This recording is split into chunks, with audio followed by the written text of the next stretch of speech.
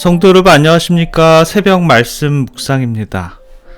아모리 족속과 바산을 정복하고 요단강으로 돌아와서 가나안을 정복하기 위해 이제는 모압 변경을 지나가고 있는 이스라엘 백성들이 있었는데요. 모압 백성들은 예전에 아모리 족속으로부터 침략을 받아서 그들의 영토를 아모리 족속에게 빼앗겼는데 그 빼앗겼던 영토를 이스라엘 백성들이 차지해 버렸습니다.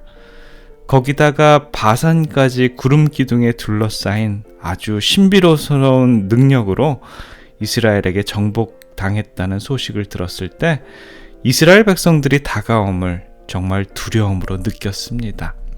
이제는 그들이 빼앗겼던 영토뿐만 아니라 모압 그 나라 자체가 위협에 닥쳐 있다라는 것이죠. 위험에 닥친 모압인들은 과연 어떠한 대책을 세웠을까요?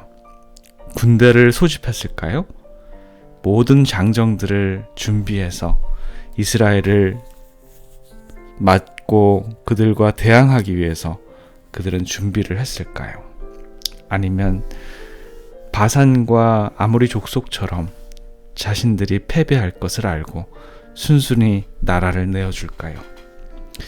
교묘한 이 모압인들은 애굽의 바로가 했던 것처럼 마술의 능력을 빌어서 이스라엘을 대항하려고 했습니다. 그 당시에 모압의 왕에게 들리는 소문이 하나 있었는데요.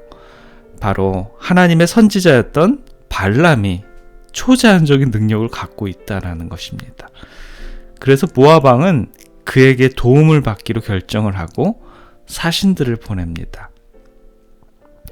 사신들이 이 발람에게 기별을 전하는 내용이 신명기 22장 5절과 6절에 나옵니다. 보라, 한 민족이 애굽에서 나왔는데 그들이 지면에 덮여서 우리 맞은편에 거하였고 우리보다 강하니 청컨대 와서 나를 위하여 이 백성을 저주하라. 내가 혹 쳐서 이겨 이 땅에서 몰아내리라. 그대가 복을 비는 자는 복을 받고 저주하는 자는 저주를 받을 줄을 내가 알미니라. 기별의 내용이 이렇습니다. 모압의 상대편인 이스라엘을 위하여 저주의 기도를 해달라는 것이죠. 하나님의 선지자 발람은 굉장히 선량한 사람이었습니다. 그가 무엇을 해야 하는지 양심적으로 잘 아는 사람이었어요. 그런데요, 발람에게 올무가 되었던 말이 바로 이 말이었습니다. 그대가 복을 비는 자는 복을 받고 저주하는 자는 저주를 받을 줄을 내가 알미니라. 모압의 왕으로부터 온 사신들의 입술에서 나온 말이 누구를 높이고 있습니까? 바로 발람 자신을 높이고 있는 것이지요. 그대가 복을 비는 자는 복을 받고 저주하는 자는 저주받는 줄을 우리가 압니다. 당신은 참 대단하십니다. 당신의 언변과 영적인 통찰력은 출중합니다. 그러한 당신이 우리들의 부탁만 들어준다면 당신이 원하는 것 무엇든지 들어드리겠습니다. 금은 보화든지 권력이든지 무엇이든지 말만 해주십시오. 그는 하나님의 선지자였기 때문에 그가 할 수 있는 일은 발락의 보상을 거절하고 사신들을 돌려보내는 것이 그가 할 일임을 누구보다도 잘 알고 있었습니다. 그러나 그는 교만하게도 또 탕희막스럽게도 그러한 위험하게도 감히 유혹과 장난을 하려고 했고요. 하나님께로부터 아무런 대답을 받지 못했다라고 하면서 그 사신들에게 떠나지 말아달라고 자기와 함께 유해달라고 간청을 합니다. 발람 안에 있던 그 마음속에 가득한 탐욕과 장래의 부귀영달이 그를 자극하고 있었던 것이죠. 그들이 내놓은 그 보물들을 탐욕스럽게 받기도 하고 한편으로는 하나님의 뜻을 엄격히 순종하는 듯하게 공언하면서도 이스라엘의 적인 발락 왕의 소원을 채워줌으로 자신의 욕심을 채우려고 하는 그러한 교만이 있었다라는 것을 우리는 이해해야 됩니다. 사랑하는 성도 여러분, 우리들의 과거의 삶을 회상해 볼 때 하나님의 온전한 뜻이 뭔지 알면서도, 그분의 부르심을 알면서도 우리들의 마음 스스로를 하나님보다는 세상의 유혹과 하나님을 저버림으로 우리들의 양심을 속였을 때, 먼 훗날 그때 일들을 세상에 볼 때 우리들의 모습이 얼마나 부끄러웠음을 여러분 깨닫게 되지 않습니까?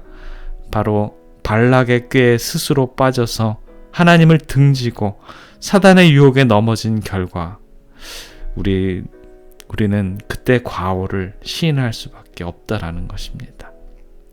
이러한 일들이 한 번, 두 번 반복될 때 우리들의 양심이 무너지고 또 하나님의 것들까지 탐내고 하나님의 백성들을 섬기지 못하게 될 때 우리들의 영혼은, 우리들의 성품은 하늘의 것과는 멀어짐을 우리는 시인할 수밖에 없는 것입니다.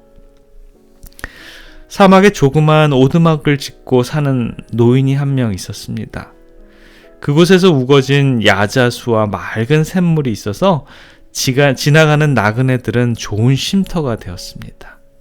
정말 물을 갈급하기 위해서, 물을 찾기 위해서 헤매이는 그러한 사람들이 정말 이 오두막을 지날 때 정말 생명수와 같은 그러한 샘물을 마셨을 때 얼마나 기분이 좋았는지 모릅니다.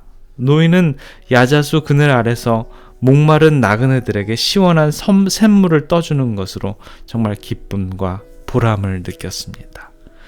그런데 언젠가부터 나그네들이 물을 마시고 나서 몇 푼의 동전을 주는 것이었습니다. 처음에는 극구 사양했지만 동전이 쌓여가면서 욕심이 생겨 나중에는 동전을 안 주는 사람들에게는 당당하게 동전을 요구하게 되었습니다. 노인은 더 많은 물을 나오게 해 더 많은 사람들에게 제공하고 더 많은 돈을 벌기 위해서 샘물을 최신 시설로 바꾸었습니다. 그러나 어찌된 일인지 샘물의 양은 점점 줄어들었습니다. 노인이 생각하기에 주변의 야자수가 샘물을 빨아들인다라고 생각을 하고 주변의 야자수들을 모두 베어버렸습니다.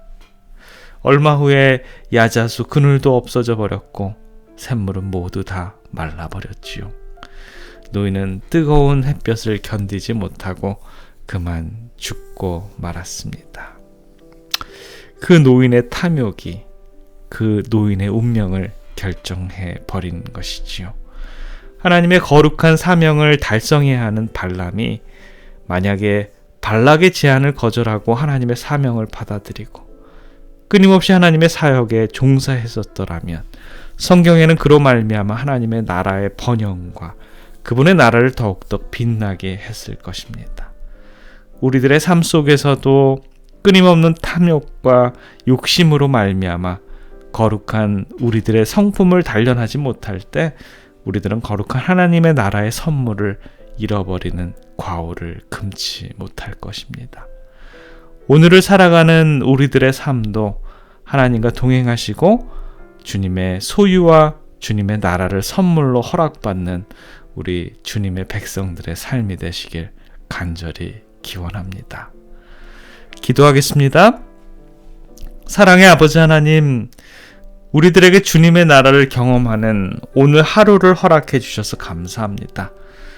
하나님의 선지자 발람처럼 사단과 같은 유혹하는 발락의 부톡을 받고 우쭐하는 자신의 탐욕까지 소유한 발람처럼 이 땅에서의 아름다운 것들 때문에 영원한 것을 잃어버리는 과오를 범하지 않는 우리들의 삶이 되도록 주님 인도해 주시옵소서.